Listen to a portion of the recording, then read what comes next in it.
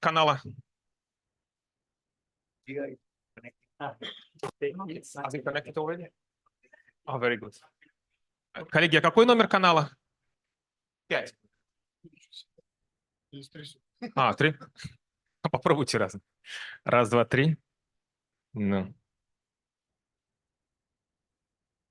Раз, два. Коллеги-переводчики, а можете сказать, какой канал? На оборудовании, сейчас. Второй. Спасибо большое, спасибо. Хорошо, еще раз доброе утро, коллеги. Я, наверное, сейчас начну по-русски, а потом перейду на английский для удобства. So, Michael, if you need, you can use your headphones for translation.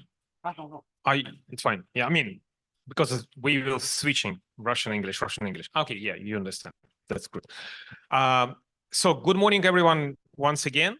And thank you for hosting this event at the Central Asian Pavilion. It's a great honor for us. We just a couple of months ago were presenting a draft report on carbon farming in Kazakhstan, which we call Unlocking the Opportunity, because we do think that there is a great opportunity in carbon farming in Kazakhstan, and we want to unlock it all together.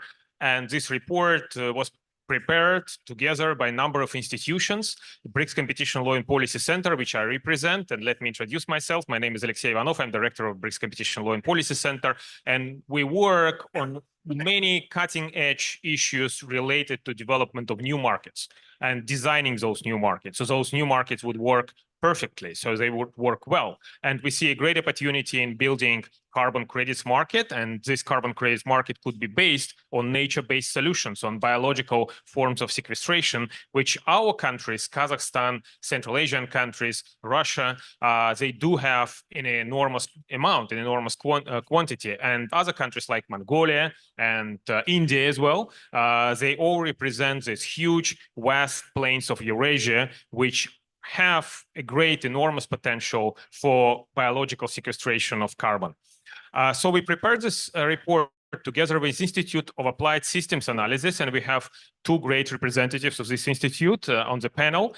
Michael Obersteiner, who is a leading expert at IASA, International Institute for Applied Systems Analysis, responsible for what we call negative emissions, basically, essentially, who coined this word into scholarship, into doctrinal, discussions, and responsible for essentially establishment of this idea that you can not only emit CO2 but also negatively emit it, sequestrate. And Pradeep Mongar, and Michael is also working at the Oxford University and chairs Institute for Climate Change debate there. And Pradeep Mongar, who is also leading expert at the International Institute for Applied Systems Analysis, for many years was working in the Indian government and as well as United Nations Convention for Prevention of Desertification, for combat of desertification. And this is a huge issue in the region. And most of those countries which are involved in what we call Asian dry land belt, they do suffer from the desertification process, and this technology of carbon sequestration, carbon farming, can actually help enormously in fighting desertification. Online, I guess we have our colleagues from UNFCD, this organization, United Nations Convention on Combat of Desertification. Unfortunately, I don't see them, but I hope they are present online. And one moment they will appear. This convention, colleagues from this convention, they participated in the preparation of this report.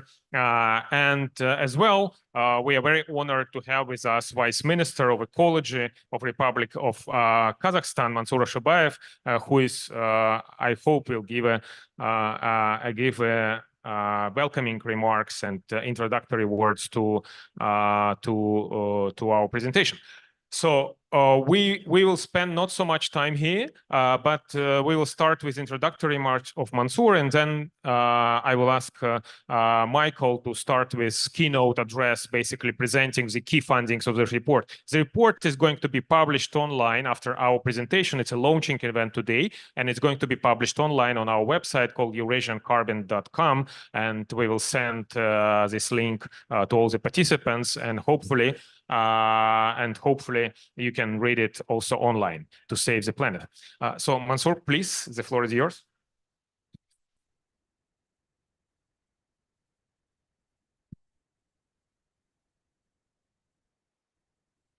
Добрый день, уважаемые дамы и господа, уважаемые гости Центральноазиатского павильона. На самом деле для меня большая честь участвовать на COP28. На самом деле за столь короткое время, я думаю, каждый для себя взял что-то новое, узнал то, чего не знал. И мы максимально, как Центральноазиатский павильон, пытаемся донести до наших гостей ту работу, ту информацию, которую сделали наши 5 стран. Алексей, вам большое спасибо. Мы на самом деле встречались в Астане. Меня лично приглашал Рахым Ушахбаев. Ему большой привет. Поэтому та тема, которая сегодня здесь обсуждается, она очень важна. Как вы знаете, Казахстан имеет стратегию низкоуглеродного развития до 2060 года, подписанная главой государства в начале текущего года. Поэтому вопрос карбоновых ферм очень важен. И сегодня, находясь здесь, мы каждый прорабатываем те вопросы, которые необходимы для того, чтобы наши страны могли вложить максимальную лепту в низкоуглеродное развитие. Вопрос сельского хозяйства в том числе немаловажен. Карбоновые фермы – вопрос достаточно актуальный. То есть мы сегодня прорабатываем вопросы и по снижению, мы прорабатываем вопросы по лесам, и как раз-таки по этой тематике сегодня целый ивент. Поэтому, Алексей, хотел бы поблагодарить вас, поблагодарить всех участников. Я рад вас снова сегодня видеть здесь, в Дубае. Сегодня здесь наши коллеги, здесь присутствует и мой коллега, первый вице-министр водных ресурсов и ирригации Булат Кабыкенович. То есть со стороны Казахстана тот уровень, который был необходим для участия в данном мероприятии, он создан.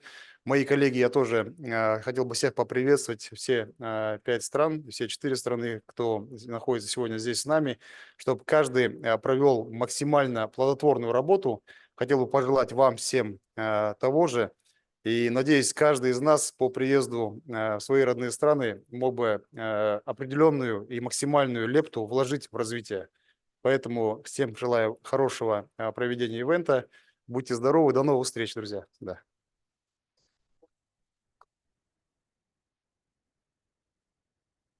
Спасибо.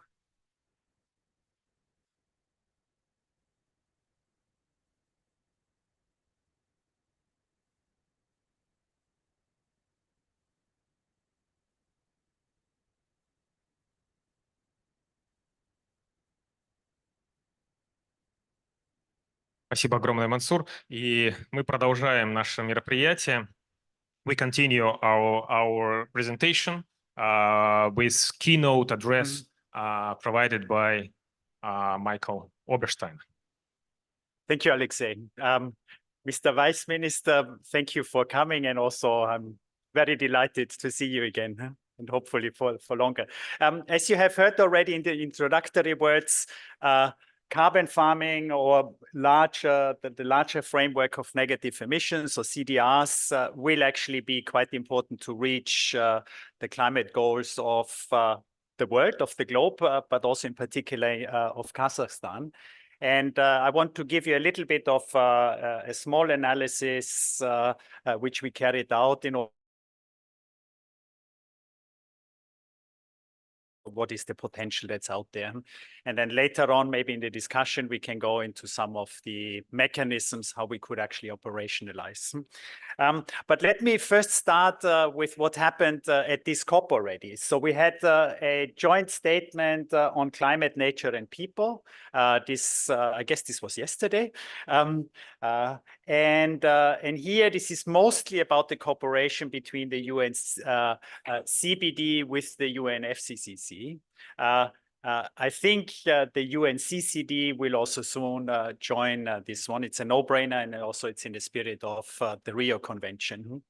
So there's a lot of excitement on this topic to bring climate and nature together. What's probably more important in terms of financial resources is actually the UEA declaration on agriculture and food systems. So it's basically the food systems transformation activity that will be quite substantially resourced. There were quite many pledges, and you have 134 countries backing this declaration. So there's a lot of excitement on what's going to happen on land. As you know, on the energy defossilization, decarbonization side, people are still struggling to find an agreement. On land, there's really a convergence that this is something that we really need to address. And it took us probably something like 13 years to get there in the climate negotiations, but finally we really do things. And when you look at one of the most iconic processes in the climate negotiations, thank you. Then on red, on saving the forests, we had pledges. We heard pledges yesterday where Norway, US, Germany, and others are actually pledging 3-digit million amounts. However, the drylands, and here we have the Asian dryland belt, is actually something that is completely forgotten. And there's very little experience on how we can actually really establish stronger sinks or better reverse the emissions which we are seeing from these very large territories. And I just give you this one number. It's we have 15.4 million square kilometers. This is larger than the total all of global cropland. So this is really a very large amount of land we are talking about. Much of it is thinly populated, and many areas are still intact. However, many of these areas are or have been lost already due to the desertification, and there is a chance to reclaim some of that land again. And when we look into the climate change projections, there is also huge vulnerability of these ecosystems in terms of them retreating as an ecosystem, but also losing a lot of carbon. So these are these typical carbon cycle feedbacks, which we need to be very much aware of.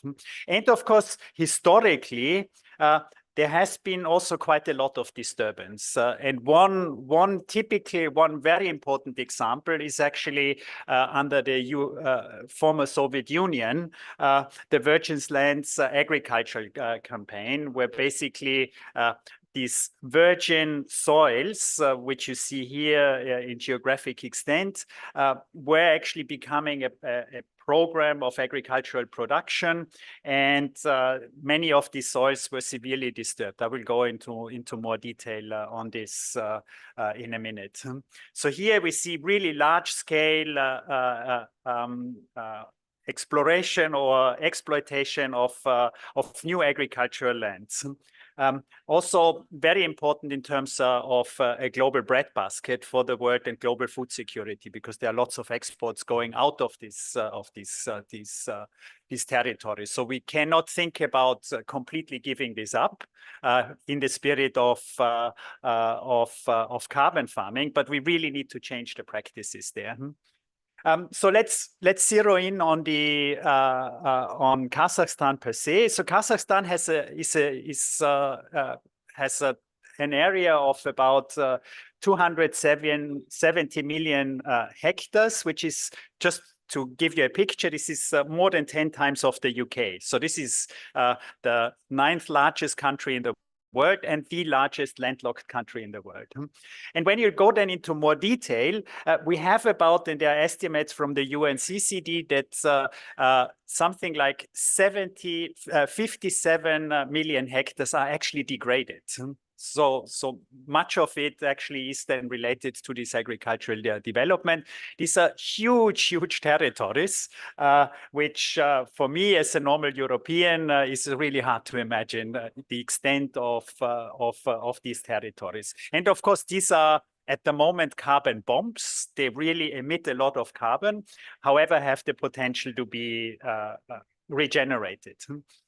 And just when you look at the third point, the virgins lands, you have about almost half of the soil carbon in the first 10 centimeters is already lost due to agricultural practices. So here, this also means there's a lot of carbon sink potential because so much was lost to be regained. When we look into the very basic processes of soil degradation, and soil carbon degradation is basically just one additional indicator, we have here basically what's happening is this indiscriminate plowing together with removal of biomass of the crop residues, which actually leads then to a degradation in the soil structure, to decline in soil carbon as a pool in the soil.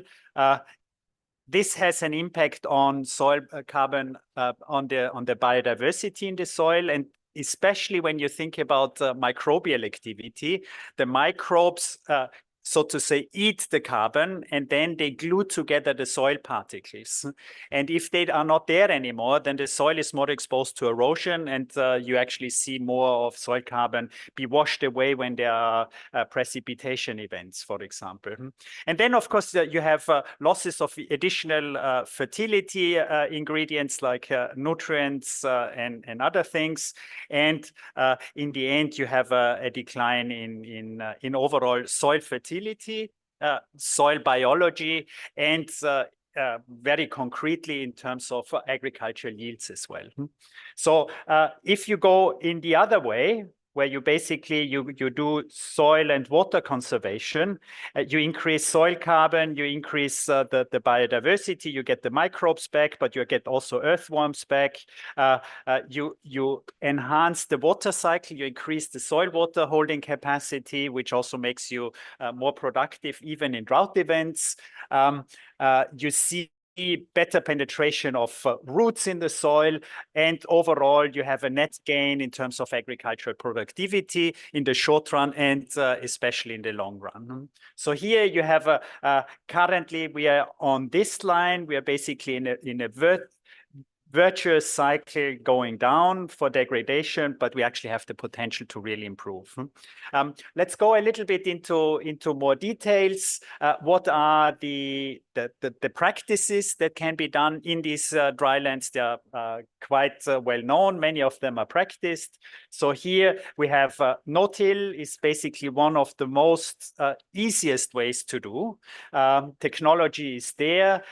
One other thing is you really want to incorporate the crop residues into the soil again in order to have the input of biomass and carbon into the soil. You want to do crop rotations. You want to use more appropriate varieties. Here, the CGR centers are really very strong in providing these. Also, ancient varieties who might actually get a market premium, especially in China, for example. We have market premium for very slow-growing wheat, and some of it is actually produced there already. Cover crops is very important in order to avoid soil erosion, agroforestry, and on. So here I created a picture with ChatGPT that summarizes all of those practices.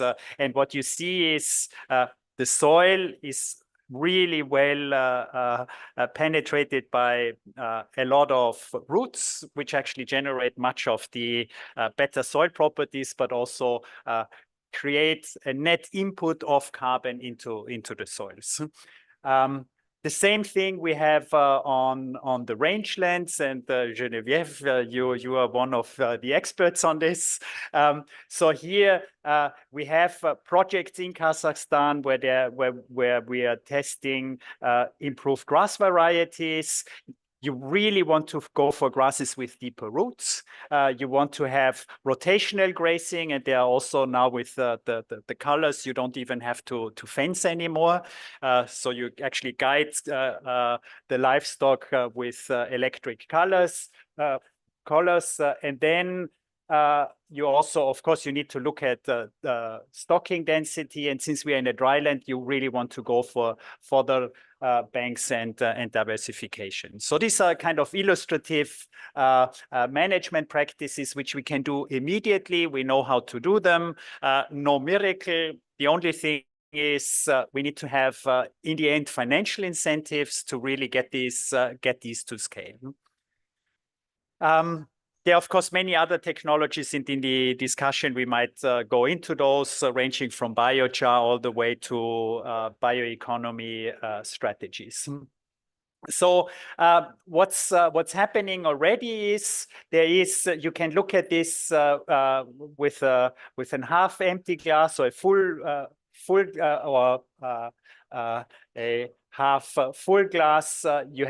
We have about 1% in Kazakhstan, which are in sustainable management practices. On the one hand, this is very little. However, we know, we have experience, and we know some of the results that it actually works and it actually delivers impacts.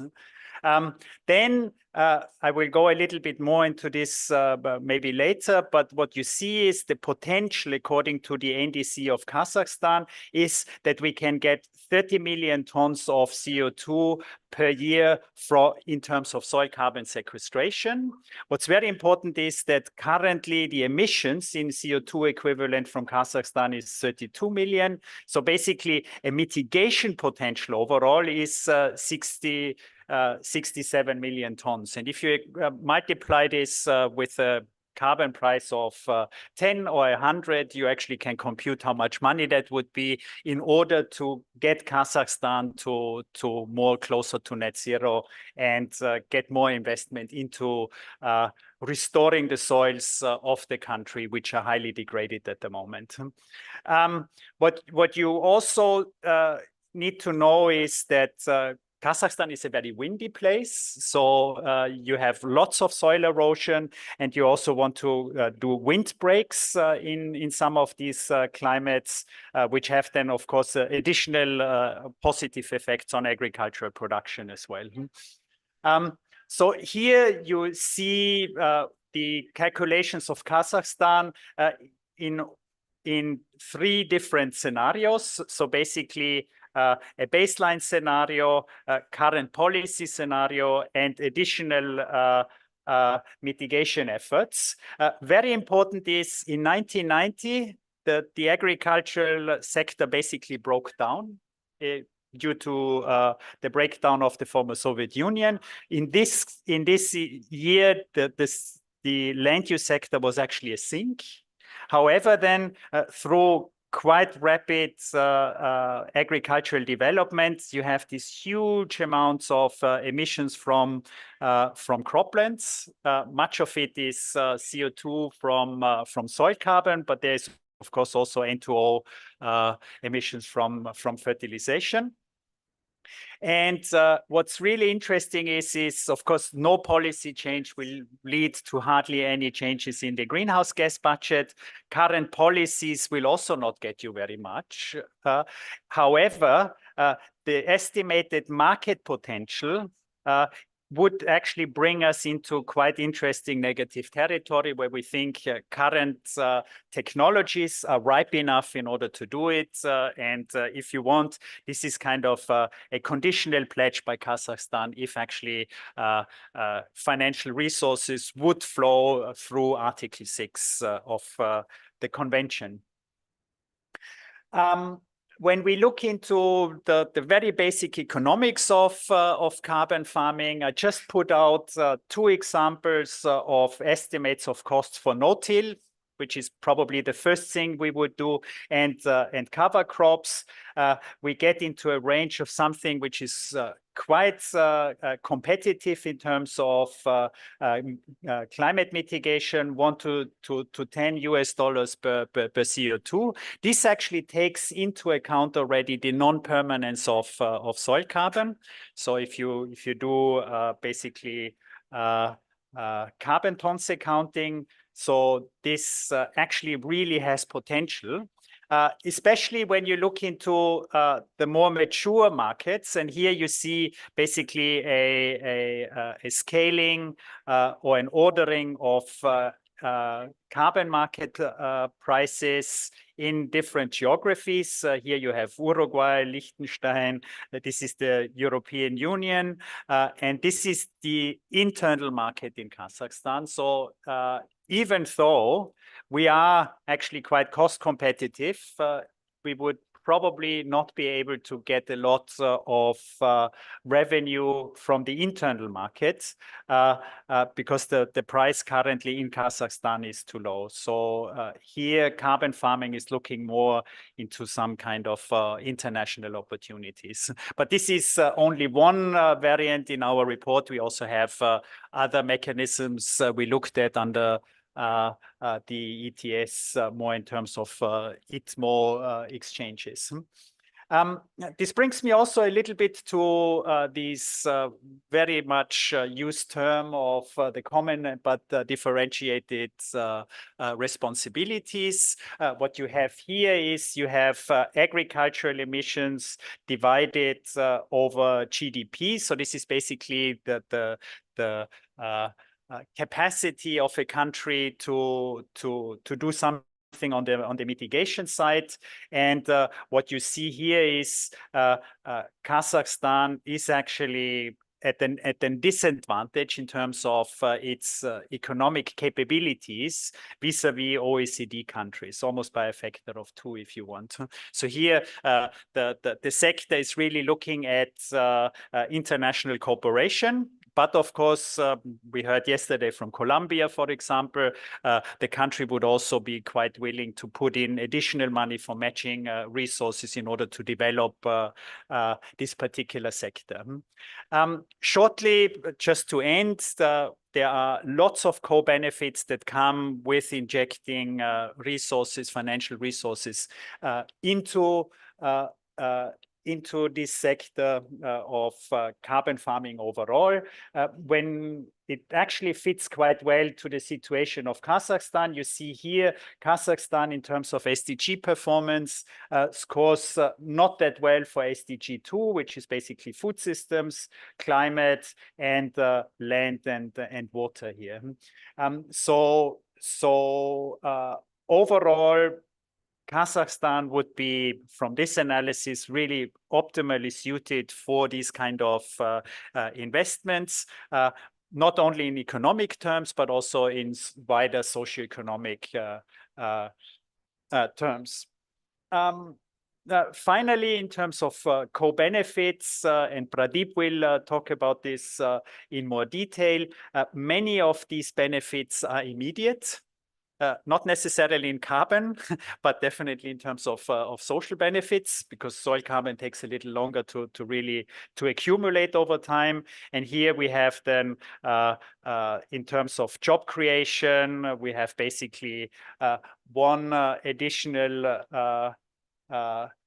So here we have easily job creation benefits of 1-to-1. And in terms of erosion protection, I leave the restoration out for now. In terms of erosion protection, it's very interesting. This leads me also back a little bit to the cost calculations. When you actually restore, you get more soil fertility, you have higher yields, and overall you get higher revenues. So really the cost calculations per se need to be always adjusted what you get over time from the benefits of restored soil fertility. And of course, one big issue, and it's I put it down here, we have, due to the dust storms, also significant impacts on health. because you have these soil particles, and these soil particles sometimes carry diseases with them, and they lead to respiratory and other diseases. This is actually quite a significant issue as well. Okay.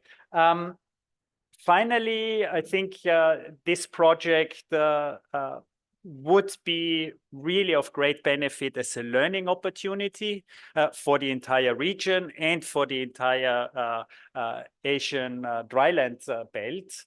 And this is something, as I said initially, we have very little experience on how the soil carbon really comes back, what the economics are, what all of the nitty-gritty details to scale these kind of practices or even larger integrated projects. And this experience is really, really needed in order to really bring these things to scale, in order to revitalize these enormously large areas which we talked about. Good. With this, I would like to conclude, and I would like to thank all of the co-authors who contributed to it.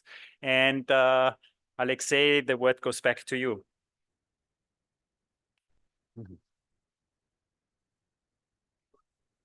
Thank you very much, Michael. Yeah, that's a very comprehensive set of knowledge and material, and I really appreciate for such nice pictures as well.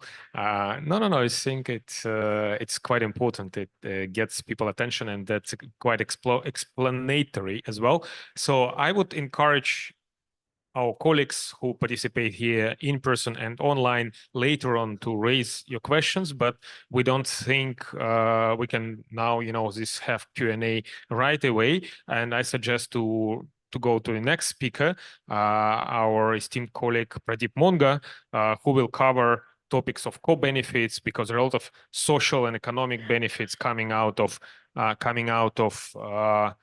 this carbon farming projects, because this carbon farming project, the development is basically one of the things where you get win-win situation with not very significant costs, with a lot of social and economic benefits on the land, on the ground, and it's very good for cooperation. It's very good for building cooperative frameworks within certain regions like Central Asia. So I think it's pretty much fitting the agenda of this pavilion.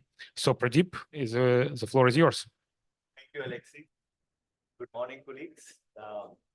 My pleasure to be part of this very eminent panel speaking on carbon farming in Kazakhstan, unlocking opportunity.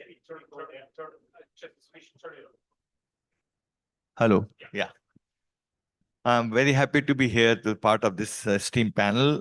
Michael, thank you so much for your very comprehensive presentation about the report, highlighting many points, especially on the carbon markets, carbon potential, and how it is relevant not only for Kazakhstan, but also for Central Asian region. Let me now, next couple of minutes, focus on the social and economic benefits, what we call co-benefits of carbon farming. This report, if somebody asks me, what is carbon farming? And of course, there are different narratives depending on what we talk about carbon farming in this region. For me, it is climate smart agriculture with main focus on carbon sinks, carbon fixing with multiple co-benefits. And this multiple co-benefits come up with a very important point, how this report has taken two approaches, system-based approach and people-centric approach. So I would like to highlight about people-centric approach in this entire report. First, Michael mentioned very clearly about economic benefits of job creation as part of UNCCD inputs, and where I've also worked earlier. And now it is just validated yesterday by one of the IFAD report for region on agriculture and water. 1 hectare of land restored, 10 hectares of land restored leads to at least one job. So what are we talking here when we have 57 million hectares of degraded land in Kazakhstan? Even if 10% of that land, 5.7 million land get restored between now and 2030, we are talking about almost 57,000 jobs being created directly. and the number of jobs will be created in the supply chain. So there's a huge economic and social benefit of carbon farming program. Second, it has also been validated. $1 invested in carbon farming as a part of sustainable land management practices, we are generating almost a revenue of $5. So in fact, it's not only doubling or tripling, it's 5 times we are raising the income of local communities, rural communities, because that will have huge impact on the economic side of rural communities present in this area, whether it is LLC area or northern part of Kazakhstan or other places where sustainable land management practice will be further implemented. As of now, only 1% of the land area in Kazakhstan, we are having sustainable development management practices. Second, this report highlighted very clearly that climate and SDGs, Sustainable Development Goals, are two sides of same coin. SDG 2 on food security, SDG 13 on climate action, and SDG 15 on life on land.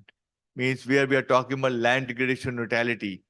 This carbon farming project will impact directly all these 3 SDGs, achievement of the 3 SDGs, as well as all other SDGs that will come along. So we feel very convinced about scaling up carbon farming practices and approaches in future to come, as per this report, which highlights very clearly the scientific evidence behind it. Third, this report highlights 2 very important financial instruments besides carbon markets. One is Land Degradation Neutrality Fund. This impact fund has been created by UNCCD with Mirova, one of the private funder, which is over $350 million have been already mobilized. And this fund specifically focuses on private sector, unlocking the potential of private sector investment to promote sustainable land management. And we do believe that LDN fund can play a huge role in really unlocking the potential of carbon farming in Kazakhstan region. But there's a second instrument which has come on maturity in last 5 years, that is sustainable land bonds. Now, sustainable land bonds are sovereign bonds where we have long-term fixed rates backed by the government or a development bank. And it has been tried in some countries already around the world. And here UNCCD with Earth Bank and other partners have already implementing some of the programs and projects. And we feel Kazakhstan, given its huge economic potential, is ready to launch sustainable land bonds to really further its carbon farming potential. Why I'm saying so, but because most importantly, while government will have funds and the international community will provide funds, most importantly, we must unlock local potential of private sector there. And I do believe that sustainable land bonds, as highlighted by this report, will have huge impact in coming years to really spur the, you can say, the movement towards covering more and more area under sustainable land management in coming years. Fourth, this report highlights 2 global funds which can be accessed by Kazakhstan for the benefit of people and the private sector. One is Global Environment Facility Funds. Now, Global Environment Facility, GEF funds, are earmarked for climate, biodiversity, land, and other issues. And here, carbon farming is the perfect example of integrating both climate and land, climate and biodiversity together to access those funds. We are already exploring to really build on the momentum, and given the requirement that it has to be owned by the government. Once the government of Kazakhstan agrees to take it forward, we'll be very happy from the all authors, from the partners, agencies participated in this report to take it to the next level and access funds from GF, especially for 2 areas. One is to work on framework for methodology for MRV of carbon farming, how to link carbon farming activity with the national carbon markets. This becomes very important. And what are the methodologies? What are the areas where local communities, local private sector, local supply chains get benefited from the carbon farming approach? And second area, which we call is Global Green Climate Fund. This is again for the private sector, but here the scale can be $100 million plus. From GEF side, We are looking at $2 to $5 million grant to spur some of these activities, to catalyze some of these activities. From Green Climate Fund in parallel, we'll start working to have large-scale funding coming on sustainable land management practices. Again, please remember that both these funds provide funds to any country in the world, given the ownership and the request made by the country. And partners like YASA, BRICS Institute, and others, all of us are ready to really help the country to move forward to access funds for both GF and Green Climate Fund to really promote carbon farming in Kazakhstan. And my fifth point is, which is very close to my heart, is that the people-centric systems approach. Carbon farming is perfect example of breaking the silos between agriculture, water, food security, energy, and livelihood opportunities. And I do believe, and that's where we are really promoting public-private partnerships. And carbon farming will be a perfect example of having integrated approaches to bring public sector, private sector, local communities together to have multiple benefits while having the global benefit of LUF sector, like land use change, forestry sector becoming a carbon sink instead of source of emission. And that will be very important for entire, not only for Kazakhstan and the region. And here, let me add that carbon farming will be a very good example of partnerships. And partnerships, in the spirit I always remember, is alone we go fast, together we go far.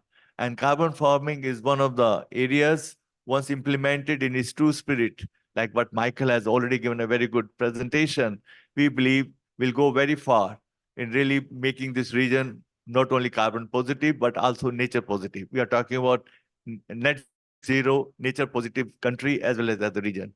So I'll be very happy to answer further specific questions on some of these areas, which we have a lot of details given in the report. So thank you very much for this opportunity. Alexei, over to you again. Thank you very much, Pradeep. Thanks a lot. And I do agree that there are a lot of, cooperative frameworks and opportunities, especially engaging with international organizations, international donors. Yeah, there are beautiful projects in Kazakhstan which could be implemented. For instance, we have a nuclear testing site in Semey region, which was for years, polluted with all sort of toxic radioactive materials, and now you can't really grow food there, and people are not going to eat food from there. But it's a huge territory which could be converted into carbon farming project, and for benefits for all, for humanity, for humanitarian reasons. It's a very nice, lovely kind of story you can learn from, converting radioactive desert to into, blossoming grassland. And this type of project, they could be implemented and realized with support of international donors. And we have on our panel, among actually co-authors, institution which is also United Nations institution called Convention on Combat Desertification, combat and hopefully prevention as well, because combating is a bit too late. But what we talk is also preventing measure. Carbon farming helps to to deal with this issue until it's too late. And our colleague, co-author of the report, Xia Jia, I hope I pronounced your family name correctly, Program Officer at Technology Innovation Department at the UNCCD. I hope you are online and we can't see you, but maybe it's possible to put you on the screen. I don't know if you have any technical possibility. Yes, I think I'm online. Gia, yeah, and very nice. We can hear you. We can't still see you, but we can hear you, which is very good already. Yeah, let me try to... Извините, пожалуйста, а можно вывести на экран спикера? Прошу прощения, я не знаю. Yeah, good. I'm trying to ask if it's possible to put you on the screen so we can see you as well. Okay, can I share my screen? I just a few slides. I hope so. Yeah, let us first try to get you on the screen, and then I hope you can share. Yeah, I think it's coming. Give us a second.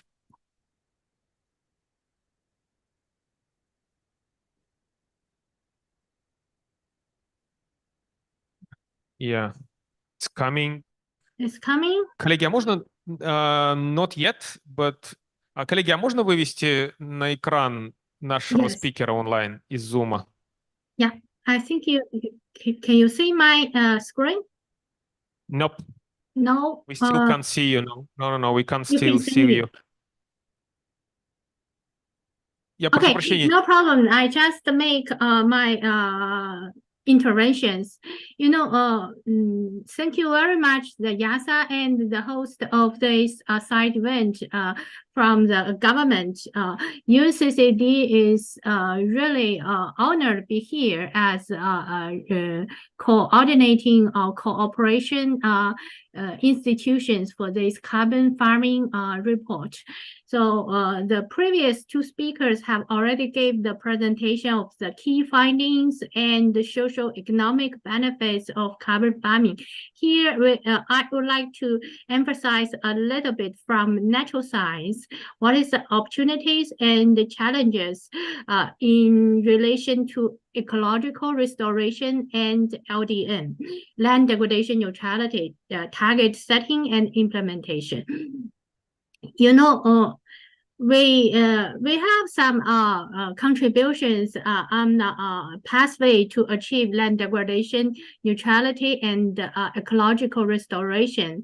That is the key or very important part relevant to carbon farming. As the moderator said, the combating desertification, that is the name of the convention. Yes, combating desertification might be if you hear this term, you may think it's kind of responsive methods only, but actually the combating desertification includes prevention, conservation, rehabilitation, restoration, and sustainable use of land resources. Particularly recent year, we are emphasized on land degradation neutrality, target setting, and implementation. All the Central Asia countries have already set their national targets. The national targets for achieving land degradation neutrality, including the targets relevant to afforestation, conservation, conservative agriculture, sustainable management of rangeland, and also those things is mitigate to improve the land resilience to drought for mitigation of drought effects. I think that is the full range of the activity relevant, and also that is why we think carbon farming is quite one of the component, or as we share the similar concept on land management.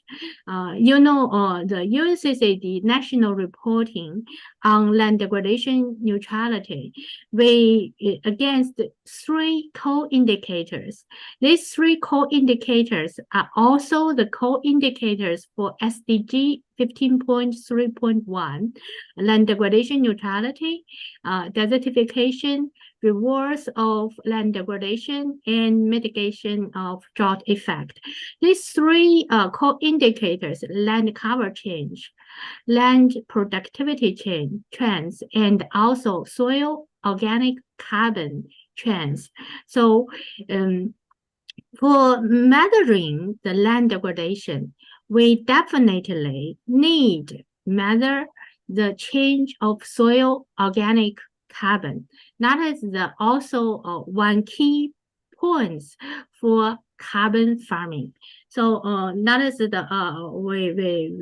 why the UNCCD joined this collaboration. We have a brief review of the natural contact. We know the limiting factor for this region on vegetation, regeneration, restoration, agriculture as water. And another one is the temperature. coldness. Sometimes in winter, it's not growing season of the vegetation, and strong wind, they generate strong soil erosion. So we need to manage to reduce the negative impact of the natural factors, but we need to strengthen our regional natural positive natural factors. We have also surface water.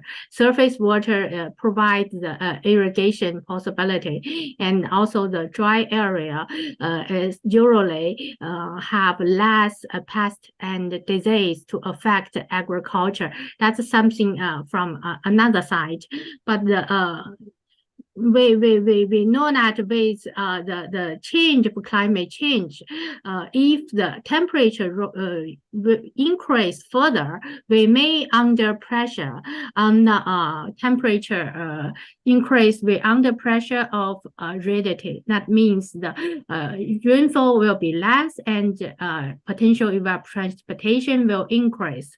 This increase of the aridity will enforce the shortage of water.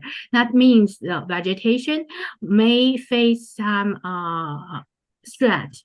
That means for land is vegetation decline because of the short of water, and followed by soil disruptions, and finally systematic breakdown. So carbon in soil is one indicator of the fertility and also water holding capacity of the soil. So increase or maintaining carbon in soil will make the health, make improvement of maintenance of health of land.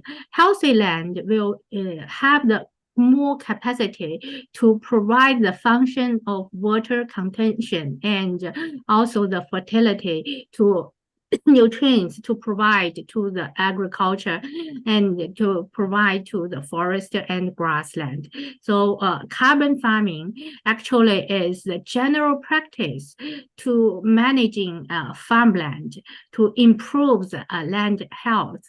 So it's share the common goals with land degradation neutrality is also one of the key factors. But in this region, Central Asia, we face another challenges is water scarcity. Based on the global assessment on water scarcity, we can find the Central Asia region, the more than 60% of river flows are located. This means we have already withdrawn those water for irrigation or for industry use.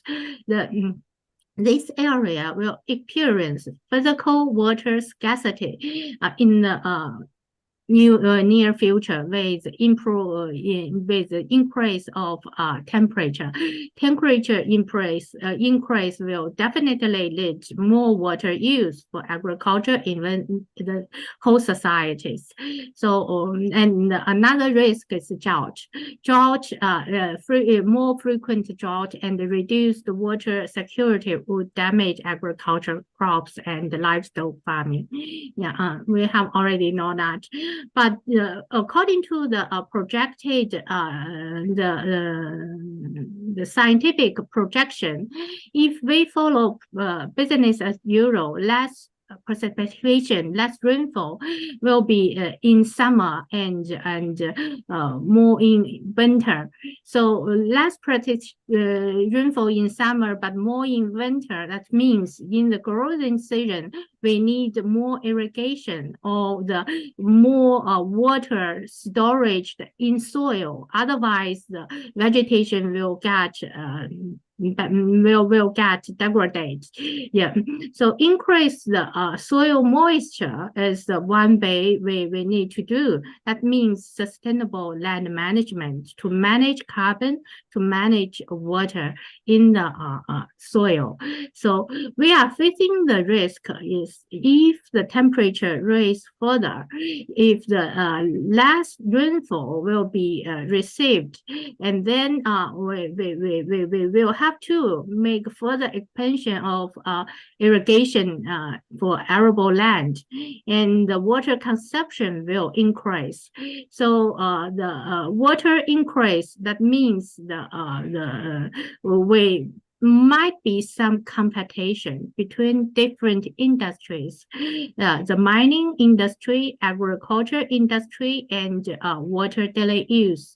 Yeah, to avoid this competition, we need emphasize on the improvement of water use efficiency. That is also important for carbon farming. We know carbon farming, if we rely on the natural regeneration of vegetation, they take long time. But irrigated farming will give more efficient in soil carbon storage. But the way is that we need find a way to have a balanced use of water and soil to ensure the carbon productivity cannot make trade-off with food and other ecosystem services.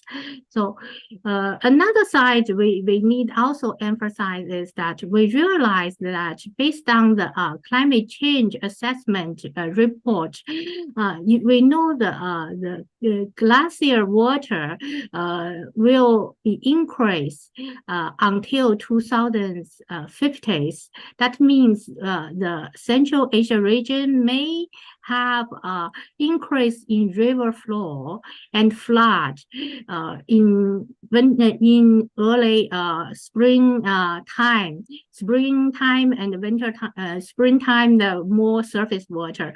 But if we cannot make efficient use of this water, there will be runoff. That means we use this water, manage this water will give us opportunity at least before end of 2050 to use this surface water to make speed up restoration, to allow the restored vegetation to give a feedback to the local temperature, and then we may also benefit from the carbon farming. So this is the one. Another estimation by scientists research show that is natural vegetation improvement in all regions. This is projection from 2020 to 2100. They may indicate ways where management of water and land restoration, we can still improve these positive trends, because the natural generation usually is depending on only rainfall, but we can use more surface water sustainably to achieve the restoration or the carbon farming.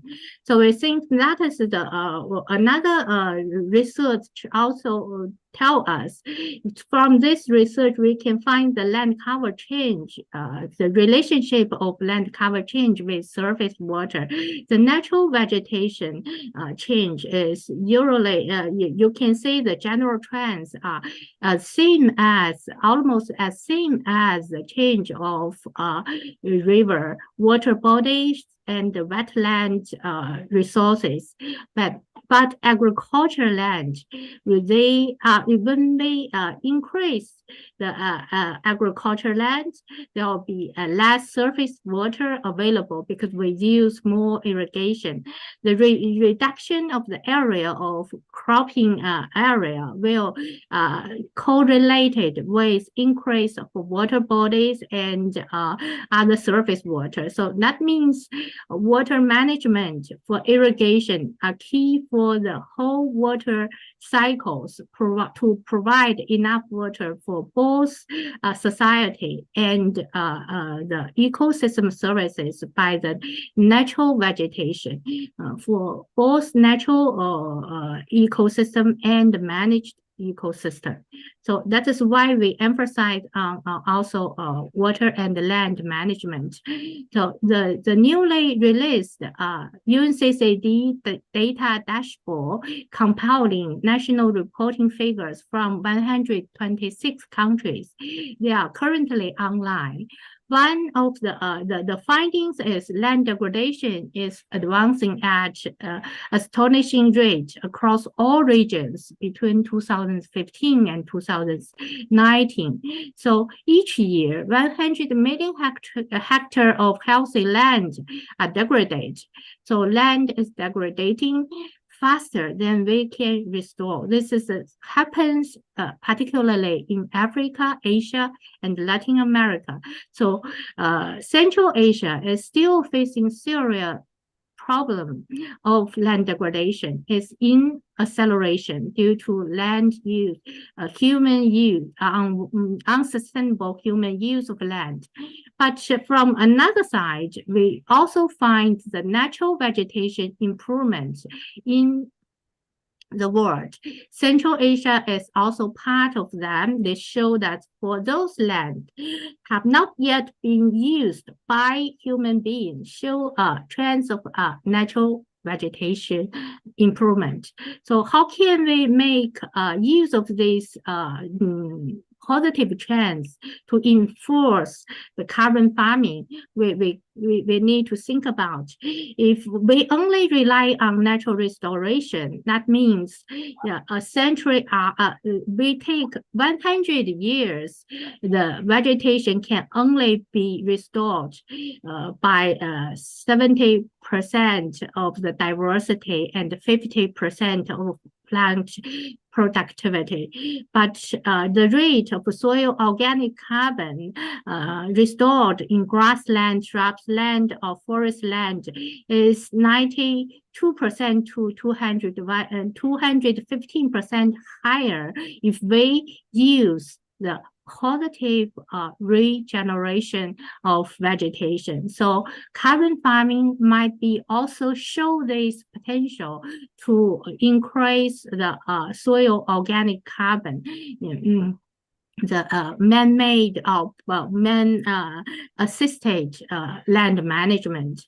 So we also find that there are some new kind of land use. If we make combination of the purpose in through integrated restoration, that means we take account of the objective SDG 6, 7, 12, 13, and 15, we can produce more benefits, including soil carbon restoration, and also the restoration of the soil, and also contribute to food security and the development of renewable energy. So abundant cropping land is a big size, has big size in in this region and Kazakhstan. We have some abundant farming land. We can think about what way we can follow, can have more multiple benefits. So this is the opportunity and the challenges in this region. The previous degraded land provide opportunity. If we take efficient restoration methods, including carbon farming, we have big potential to increase the total soil organic carbon in this region. And then that we know that the glacier water melting increase the surface water by 2050. If we can make use of also the surface water, they may give us more opportunity to managing the increase of the soil in carbon. And then the soil carbon farming always should be done along with the general or the whole system of ecosystem restoration. Water saving achieving methodology in agriculture will ensure biological water allocation to natural ecosystems. That means keeping the whole ecosystem resilient to climate change will be another method contribute also to adaptation to climate change and contribute to climate change mitigation. So to achieve those things, we need integrated land use planning. The land use planning for achieving land degradation neutrality. That means we need planning land use in a balanced provision for the purpose of food, carbon, water, and other ecological benefits together. So only if we can use the integrated land planning, we can know where is the right place to do agriculture, to do forestry, to improve the rangeland, and then the soil carbon could be increased in all types of degraded land, and finally we achieve the restoration of the land and land degradation neutrality goals. So this is we give the recommendation in this report have already been mentioned in the report. So we need Gia, I'm just sorry. Gia, because we're running a little bit out of time, maybe can you wrap up? Yeah, this is the last. This is okay. the last. Thank you very much. Okay, that is the pathway to achieve land degradation neutrality and through carbon farming. We need to recognize the pivotal role of soil organic carbon. We need to optimize the impact of carbon farming and make land degradation vulnerability assessment. And we always need to keep alignment with the national land degradation target setting program. We have the means and ways to measuring the progress and the lessons learned in the target setting program and implementation. And then we can achieve this multiple purpose. Thank you. Thank you very much, Gia. Thank you very much. Thank you for this great presentation and a lot of very insightful knowledge provided on this presentation. So I think if we have a little bit of time, we have another speaker, the last one for today, who is also online, Nikolai Durmanov. Nikolai Dmitrich, вы с нами? Nikolai Dmitrich. Nikolai. He was online, I don't know. Nikolai Dmitrich, вы с нами? Okay. No, I don't see him. No, he's not here. Okay, so Nikolai Durmanov is not online, probably, or some connection issues. I think we can wrap up now, and I turn to the audience if we have any questions, any kind of comments. I think we have about 10 minutes until we kicked out from the room because we're already running out of time. So if you have any question, please raise your hand, and we have free mic. Yeah. Please go ahead, and if you don't mind, can you introduce yourself as well for the sake of recording?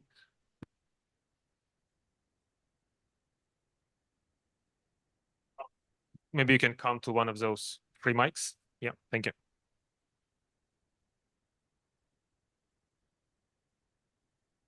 Hello? Yeah.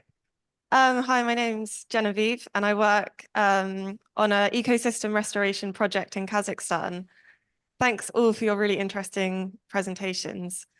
As you've mentioned, there's potential in the voluntary carbon markets to incentivize sustainable land management practices.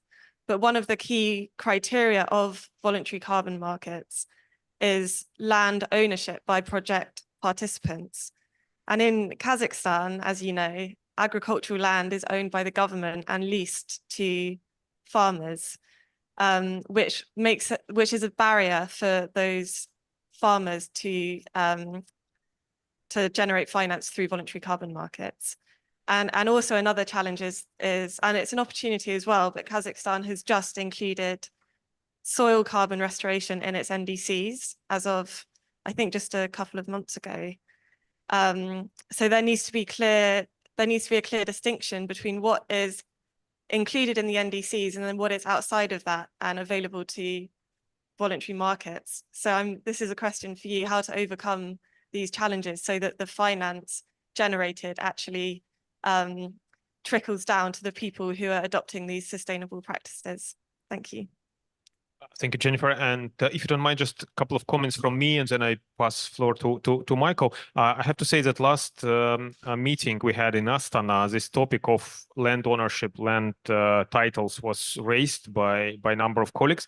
And one of the solution, because there are different solutions, and land ownership in Kazakhstan, it's a very sensitive, socially sensitive issue. But even if we stay with this model of rent, of lease, it still required some form of adjustment, because currently you can possess the land only for sake of either agricultural production or some form of industrial activity. There is no such a category of objective, or let's say function or of the land usage as carbon climate projects. So I think if this type of category would be introduced in the law of Kazakhstan, then it can provide long-term opportunities for farmers and land owners, possessors, users, tenants, for realization of climate projects. So I think it's technically possible, legally possible. So it does require some form of adjustments in the law. That's what we discussed with the colleagues in Kazakhstan. Another question is how to provide this trickling, process effectively. I think if Kazakhstan, and that's what we discussed, our last meeting happened in the framework of Astana International Financial Center, and Financial Center of Astana, they happy to provide infrastructure, financial infrastructure for farmers so that they can effectively trade their carbon credits. I think it's very important there should be some form of price regulation, so at least minimal cap, so that the price wouldn't go that low because of different bargaining powers of farmers, providers of carbon credits, and potential buyers, because they're more integrated, more consolidated, and have more bargaining power. So for this, there could be some regulation put in place in Kazakhstan, which first make it really open and easy for farmers to participate in exchange through like easy procedure, maybe a brokerage would be like relatively cheap and accessible, and also through some form of price regulation, because as Michael was showing, actually price at ETC in Kazakhstan is really low. Is really low comparing to other jurisdictions. So there could be some adjustments done. And I know that just, here at COP28, Kazakhstan signed an agreement with Japan, which allowed Kazakh projects to be listed in Japanese voluntary market and bought by Japanese companies, which is already a very good sign. And after our last meeting in Astana, actually a number of projects were already approaching International Financial Center with a request, can you help us to sell it in Japan? Why in Japan? Because in Kazakhstan market, price is lower than, in Japan, so they would aspire to sell it abroad. So that's my kind of take on this. Michael, can you maybe elaborate as well? So this issue of land ownership is really, really very important, not only in Kazakhstan, but overall. And but however, it comes down to something rather simple. So if you are a farmer and you lease the land, and in the leasing contract there is no natural capital account requirements needed, then you just deplete the soil because you have no incentive to actually do it better. Unless you're really a very responsible and you really want to do it for yourself. Same thing is also for house ownership. If you want to refurbish the house, then it's never the tenant who really does it. However, if the carbon market price is large enough, let's say on the voluntary markets, then it would be an opportunity. If, however, the market price is not high enough, then it's up to the government, of course, to ensure either to revise the contracts. So in lease agreements with forestry, for example, you actually have a kind of a a biomass stock requirements for the end of the leasing period. So if you put this into the contract, then after, let's say, 10 years, 20 years, you have a soil carbon stock agreement, then that would be possible. That's not in place in Kazakhstan at the moment. So it's only in that case the government with governmental programs could actually roll out these conservation management practices.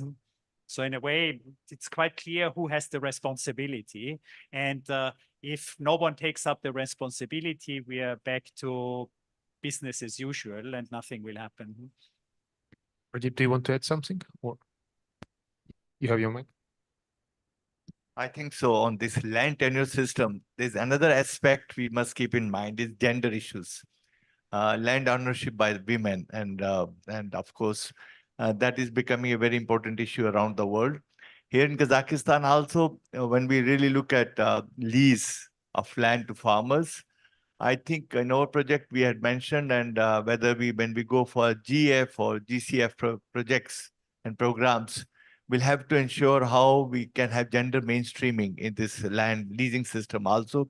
But we have seen voluntary carbon markets coming in other countries also, where we can have what we say public-private partnership on this leasing. If leasing is for a long-term basis and has some legal backing, I think we can have this voluntary carbon markets working for sustainable land management practices programs also, like carbon farming. So I'm quite optimistic that this is a very big challenge, but also it is an opportunity not for Kazakhstan, for other countries in the similar situations to have such partnership with local communities coming up. Thank you. Thank you. I think we have another question. If you don't mind, can you use this mic?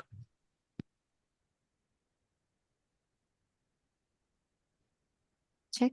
Hi, thank you so much. My name is Kasturi, and I'm from a project developer of carbon finance programs in the Central Asian region, Southeast Asia, South Asia, and East Africa. Just a comment as well for the last question, because we do work on both Article 6 and the VCM, and we've been in conversations with the Bangladesh government and, say, a Korea investment firm, a security, investment firm, for the corresponding adjustments and to work out whether to do this as an Article 6 or pilot as a VCM and then move into that.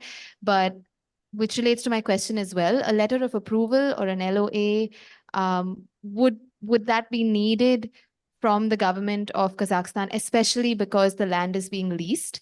Would that be needed to facilitate private sector financing, even if it's part of a PPP or a blended financial model?